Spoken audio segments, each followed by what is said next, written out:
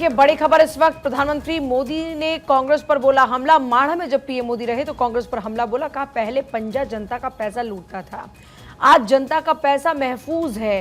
पिछली सरकारों ने किसानों को पानी तक नहीं दिया, हमने 25 करोड़ लोगों को गरीबी से बाहर निकालने का काम किया है। देखिए, पिछले कुछ दिनों में लगातार प्रधानमंत्री मोदी की तमाम जनसभाओं में कांग्रेस पर वो हमलावर हैं और इस बीच पहले इनहेरिटेंस टैक्स को लेकर जमकर कांग्रेस को घेरा और अब कहा कि कांग्रेस का पंजा लोगों के पैसे को लूटने का काम करता था, लेकिन हमने 25 करोड़ लोगों को गरीबी रेखा से बाहर लाने का काम किया है। आज जनता का पैसा महफूज है। जरा सुनिए एक बार। महाराष्ट्र के दलहन तिलहन किसानों से 16,000 करोड़ रुपए की खरीद हमारी सरकार ने की है। साथियों, पहले दिल्ली से किसान के नाम पर थोड़ा भी पैसा निकलता था तो यहां कांग्रेस का पंजा उसे लूट लेता था, लेकिन अब दिल्ली में आपका ये बेटा बैठा है। अब दिल्ली से आपके हक की निकली पाई आपके खाते में पहुंचती है। पीएम किसान सम्मान निधि के तहत 3 लाख करोड़ रुपए किसानों के खाते में जमा हुए हैं। 15 साल पहले एक बहुत बड़े नेता यहां चुनाव लड़ने के लिए आए थे। कहते हैं कि तब उन्होंने डूबते सूरज की शपथ लेकर कहा था कि यहां सूखे से प्रभावित क्षेत्रों तक पानी पहुंचाएंगे। उन्होंने पानी पहुंचाया क्या? पानी पहुंचाया क्या? पानी पहुंचाया क्या? याद है ना? याद है ना? अब उनको सजा देने का समय आ गया है। एक वो दिन था और एक आज का दिन है। वो यहां से चुनाव लड़ने की हिम्मत नहीं जुटा पाए। पिछले 60 साल में आपने कई बार कांग्रेस के सभी प्रधानमंत्रियों के मुंह से, उनके सभी नेताओं के मुंह से एक ही बात सुनी होगी, गरीबी हटाएंगे, गरीबी हटाएंगे, गरीबी माला जपते रहते ना। और हर चुनाव में गरीब गरीब गरीब गरीब गरीब गरीब गरीब गरीब गरीब गरीब गरीब गरीब गरीब यही माला जपते रहते थे। उससे आगे कुछ नहीं करते थे। आपके आशीर्वाद से, आपके सहयोग से और आपने मुझे जो कुछ भी शिक्षा दीक्षा दी है उसके कारण 10 साल में इस देश के 25 करोड़ लोगों को गरीबी से बाहर निकालने में हमें सफलता मिली है। महाराष्ट्र के लोग मोदी सरकार के 10 साल और कांग्रेस सरकार के 60 साल में अंतर देख रहे हैं। जो कांग्रेस 60 साल पंचायत से लेकर के पार्लियामेंट तक उन्हीं का राज था और किसी की आवाज ही नहीं थी, विपक्ष तो था ही नहीं और मीडिया भी बहुत छोटा था उस समय। लेकिन 60 साल में जो नहीं कर पाए, ये आपके सेवक ने 10 साल में करके दिखाया है। तो देखिए, माडा में आप पीएम मोदी को सुन रहे थे। पीएम मोदी ने जमकर हमला बोला कांग्रेस के ऊपर। कहा कि ये गरीब गरीब गरीब की माला रटा करते थे, लेकिन हमने गरीबों को गरीबी रेखा से बाहर लाने का काम किया है।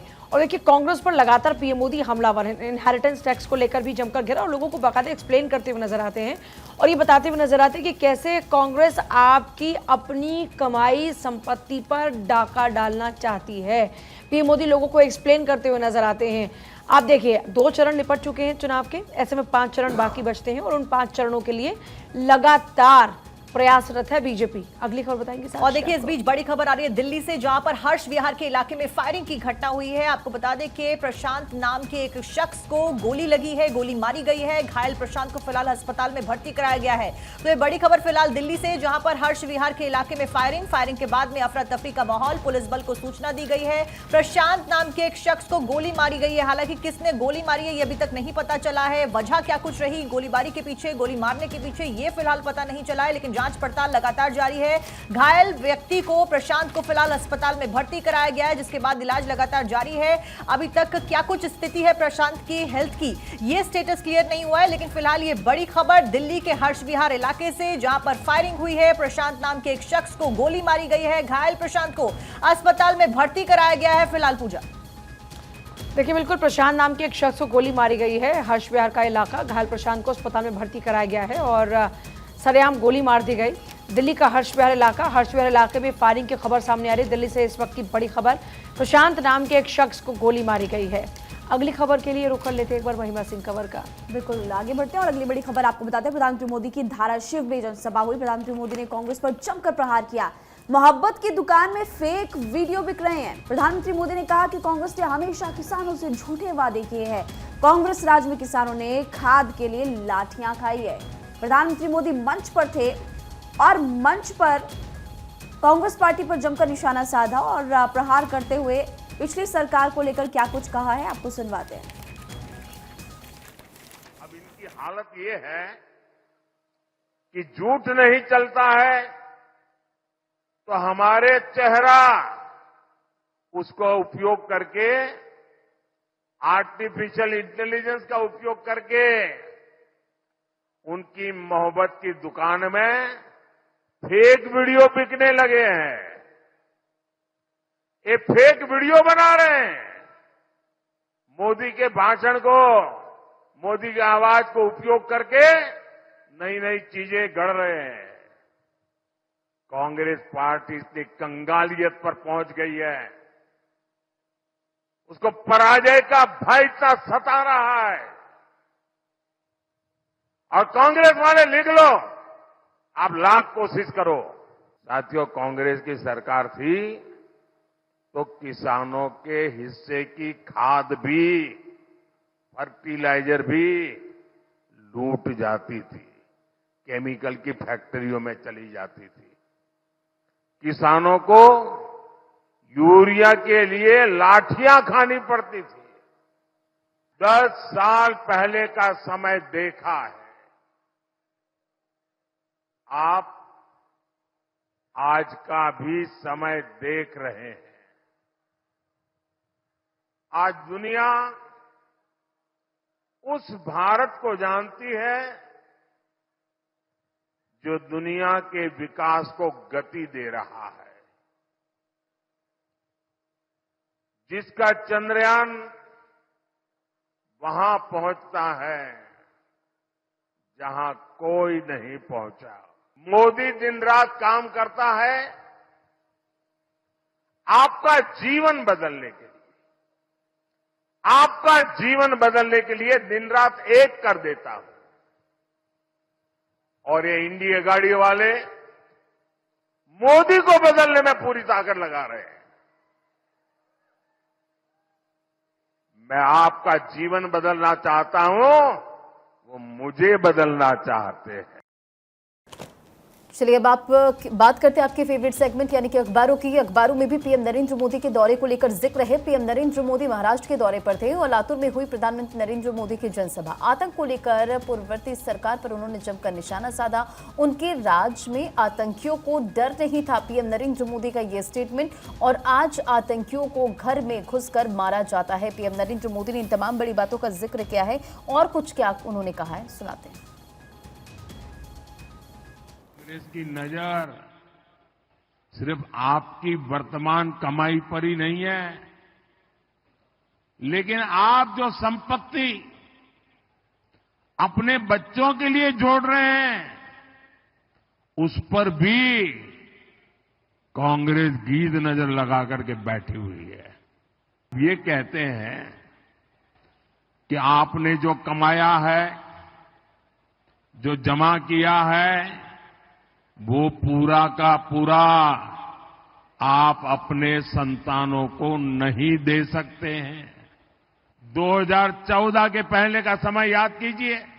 कहीं पर मेला लगा है तो अनाउंसमेंट होता था, कहीं पर भीड़ जमा हो रही है तो अनाउंसमेंट होता था, सावधान, कोई लावारिस चीज दिखाई दे तो उसको हाथ मत लगाना, कोई लावारिस बैग दिखती है तो पुलिस को जानकारी दो, कहीं लावारिस टिफिन बॉक्स दिखता है पुलिस को जानकारी दो, कहीं लावारिस कुकर दिखता है तो दूर रहो।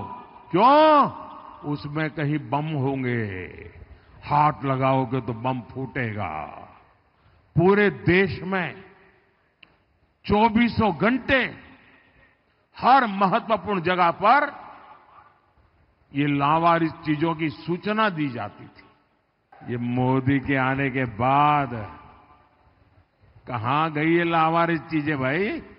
मैं जब एक भारत श्रेष्ठ भारत की बात करता हूं तो कांग्रेस के शाहजादे को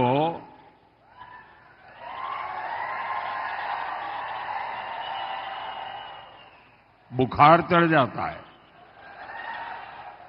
कहते हैं कि मोदी एक भारत की बात क्यों करता है?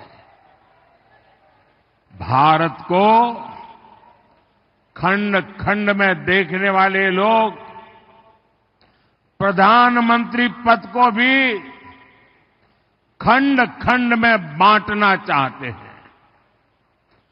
5 साल में 5 पीएम का इनका प्लान, यानी बारी बारी देश को लूटने की योजना।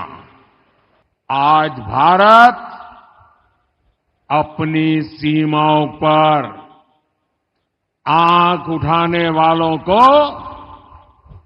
मुंह तोड़ जवाब देने के लिए जाना जाता है। कांग्रेस के उस दौर में हेडलाइन होती थी, भारत ने मुंबई आतंकी हमले पर पाकिस्तान को एक और डोजियर सौंपा। डोजियर सौंपा, ये बहुत बड़ी खबर होती थी। हमारे कुछ ऐसे मीडिया में बैठे लोग थे, वो भी ताली बजाते थे, हाँ देखो डोजियर भेज दिया, मतलब घटना की फाइल भेजना।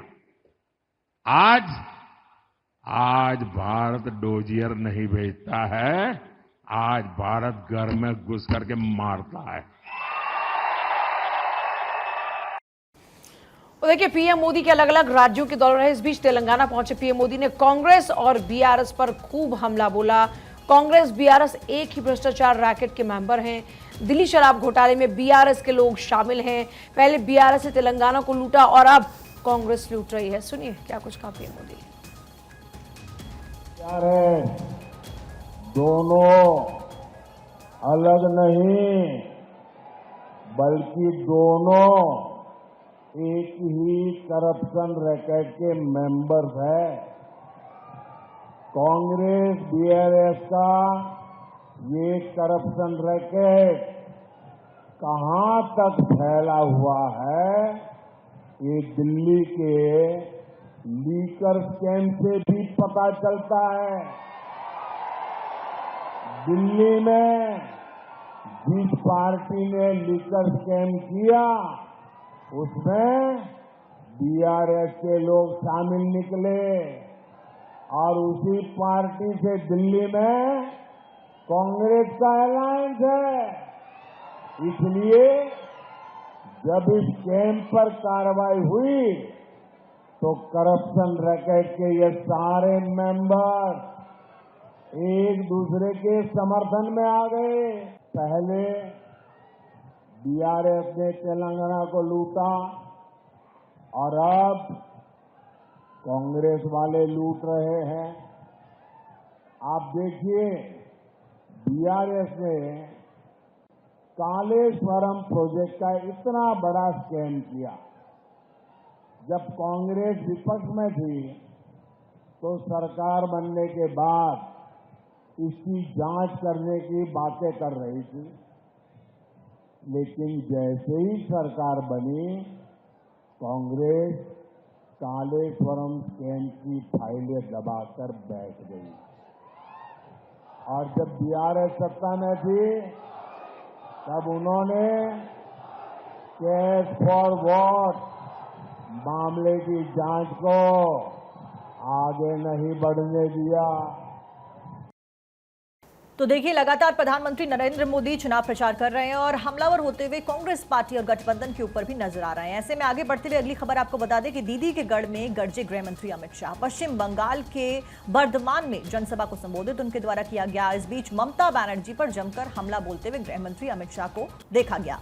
दीदी ने मां माटी मानुष की बात कर सरकार बनाई और साथ साथ में कई सारी विवादित बातें उनके द्वारा कही गई। गृह मंत्री ने कहा कि मदरसों माफियाओं की सरकार बना दी और घुसपैठियों के वोट बचाने के लिए सीएए का विरोध यहां पर किया गया। तो ये बात गृह मंत्री के द्वारा की गई और क्या कुछ कहा गया आपको सुनवाते हैं। दोनों भाजपा से डरे हुए, हमारे नेताओं के होटल बुक नहीं होने देते, उनको गाड़ी नहीं मिलती है, जो होटल बुक होते हैं ममता के गुंडे खाली करा देते हैं।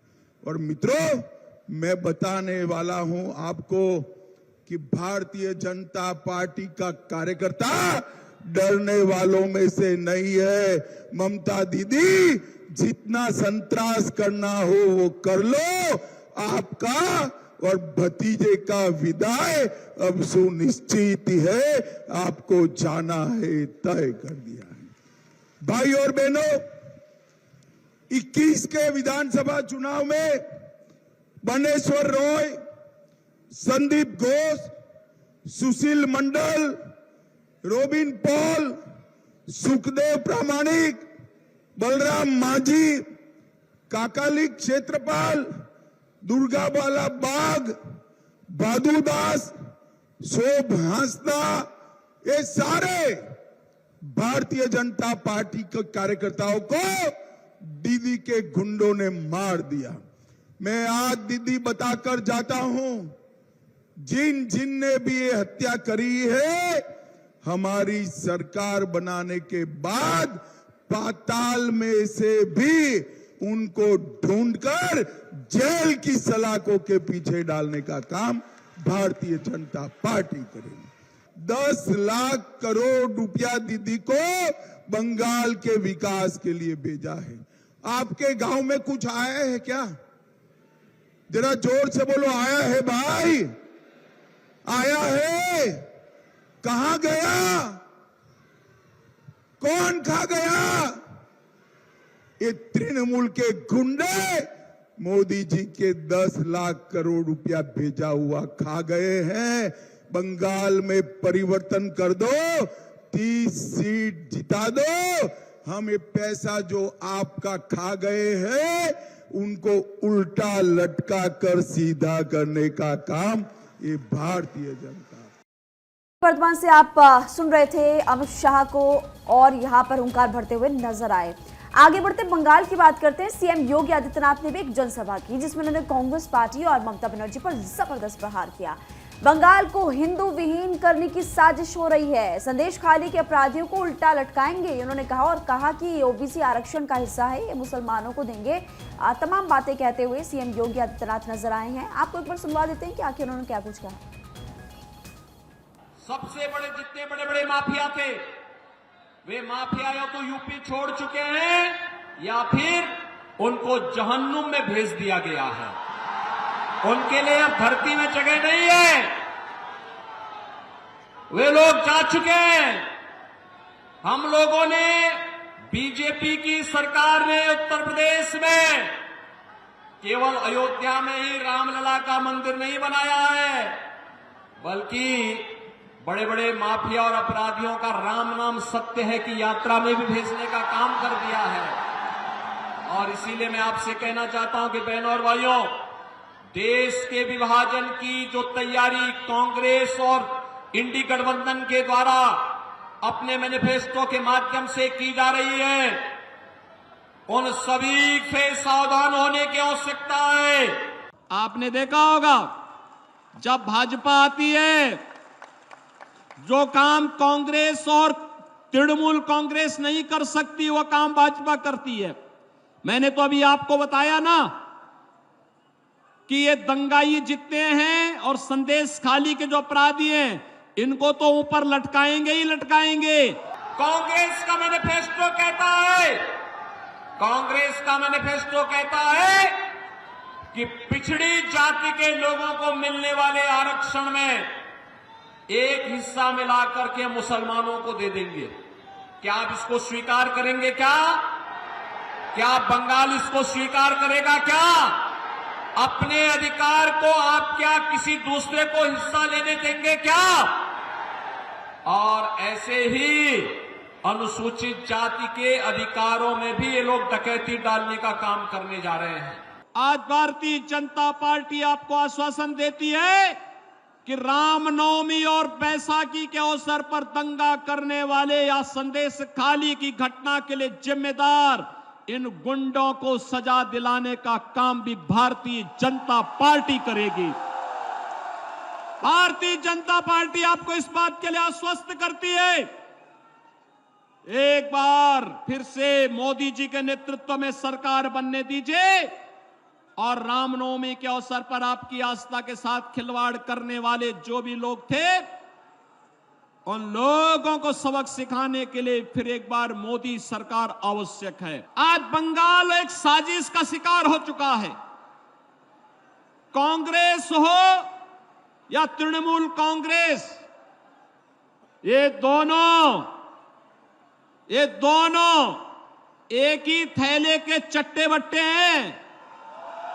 दोनों बंगाल को लूटने के लिए और भारत के खिलाफ साजिश रचने के लिए एक हैं। कांग्रेस कम्युनिस्टों के साथ भी और दिल्ली में तृणमूल कांग्रेस के साथ मिलकर के भारत के खिलाफ वही साजिश करना चाहती है जो साजिश वह बंगाल के अंदर हिंदुओं के साथ कर रही है। चुनाव में निर्विरोध जीत करिश्मा, इसी हेडलाइंस के साथ रक्षा मंत्री राजनाथ सिंह के मध्य प्रदेश दौरे का जिक्र है। मध्य प्रदेश में बीते दिन रक्षा मंत्री राजनाथ सिंह थे और कांग्रेस पर जमकर उन्होंने प्रहार किया। कांग्रेस डूबता हुआ जहाज, राजनाथ सिंह ने कहा कांग्रेस सिर्फ गरीबी हटाने की बात करती है और तमाम बड़ी बातों का जिक्र करते हुए उन्होंने कहा, राजनाथ सिंह ने सूरत और इंदौर के चुनावी घटनाक्रमों का हवाला देते हुए कांग्रेस को डूबता हुआ जहाज बताया और कहा कि ये घटनाक्रम भाजपा के प्रति जनता का स्नेह दर्शाते हैं। आपको बताते चले कि राजनाथ सिंह खंडवा लोकसभा सीट से निवर्तमान सांसद और भाजपा उम्मीदवार ज्ञानेश्वर पाटिल के समर्थन में चुनावी जनसभा को संबोधित कर रहे थे। तमाम बड़ी बातों का जिक्र किया है उन्होंने, क्या कुछ कहा सुनते हैं। लोकतंत्र के लिए खतरा नहीं पैदा हुआ था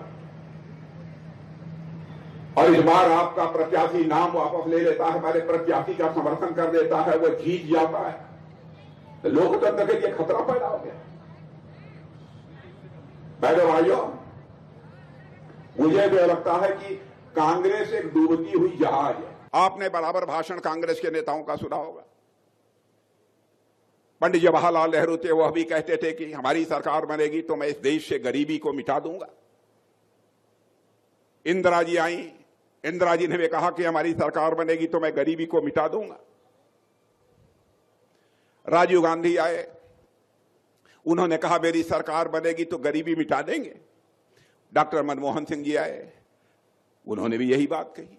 सबने कहा कि हम गरीबी को मिटा देंगे और बार बार जनता को यह आश्वासन देकर जनता की आंखों में धूल झोंकते रहे और जनता का समर्थन हासिल करते रहे। आजाद भारत के इतिहास में पहली बार 8 वर्षों के अंदर 25 करोड़ से अधिक लोगों को गरीबी रेखा से बाहर करने में कामयाबी किसी ने हासिल की है तो भारत के प्रधानमंत्री नरेंद्र मोदी ने हासिल की।